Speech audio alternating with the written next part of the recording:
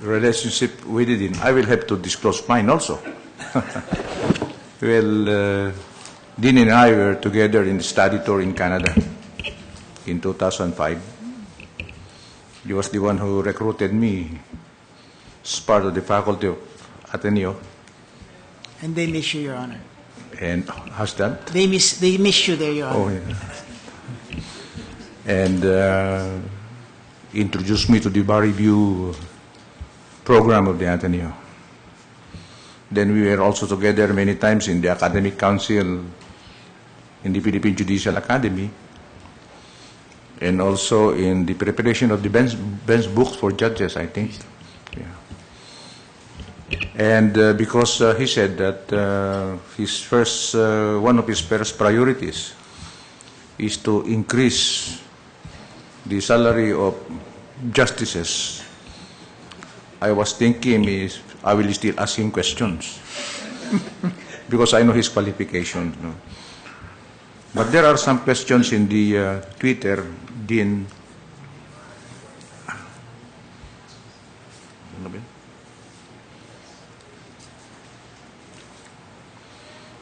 May nagtatanong na Muslim eh.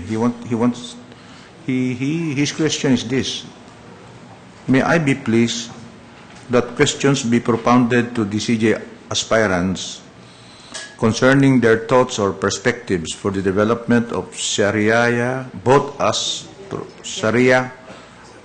profession and judicial system in the Philippines per PD 1083.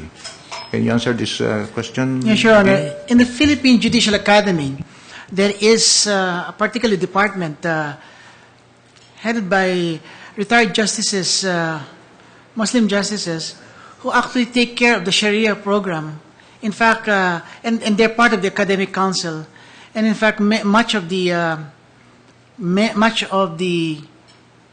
budget of PhilJA when it comes to training is training on Sharia courts, as well as a training on understanding within the areas where Muslim population are the highest of Sharia law, especially a comparison between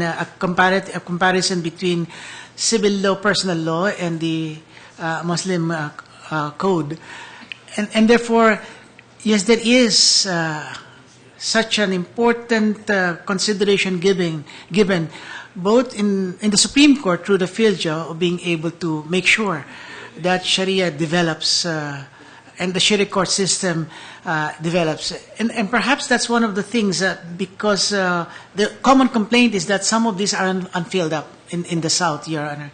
Perhaps that's one of the other things that PhilJA should work with the executive in order to be able to fill this up with qualified people, Your Honor. Just one or two questions. No? You're a member of the Committee on Commercial Law? I used to be, Your Honor.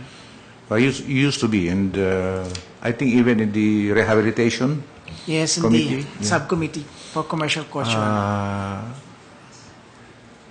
Are there provisions in the rules on commercial courts that were introduced during your time as member of that committee purposely to expedite the termination of commercial cases? Yes, Your Honor.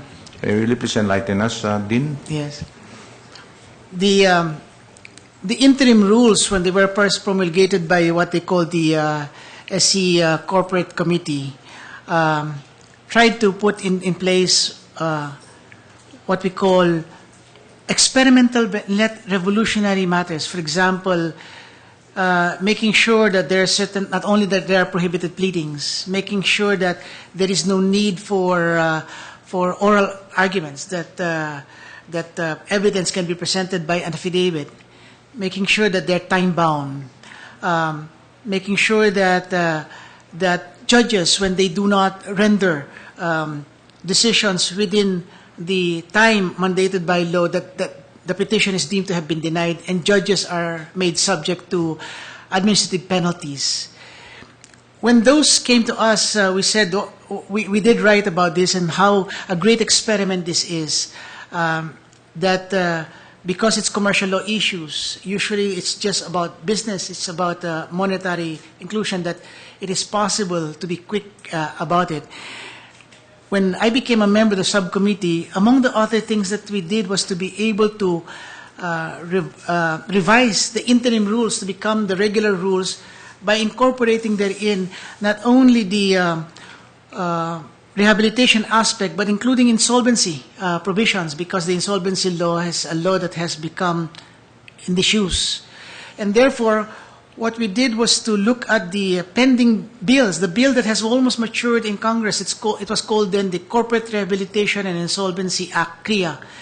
And we inputted them into then the amended interim rules, and the Supreme Court did, in fact, pass them as we amended them to make sure that not only corporate rehabilitation are decided in the most expeditious manner, but including corporate insolvency and as well as individual insolvency. It turned out, Your Honor, that when Congress, after 2 years or 3 years, did pass that law, it became FREA, the Financial Recovery and Insolvency Act. The Supreme Court was mandated to actually issue rules, promulgate rules of procedure that were in line with that. And the truth is, they were already there. In other words, the Supreme Court, to its rules, was much ahead of the FREA. So even if the Supreme Court has not particularly amended those rules or issued rules of procedure pursuant to the FREA, the existing rules of procedure have now anticipated that, and judges still have, therefore, a set of rules by which to follow in this case, Your Honor. Last question. Did I get you right that they miss me in Ateneo? Very much so, Your Honor. So my next question is, if you become the Chief Justice, will you allow me to teach? Yeah, we will all teach on Saturdays, Your Honor. On that note, I'm through, Dean. Thank you, Your Honor.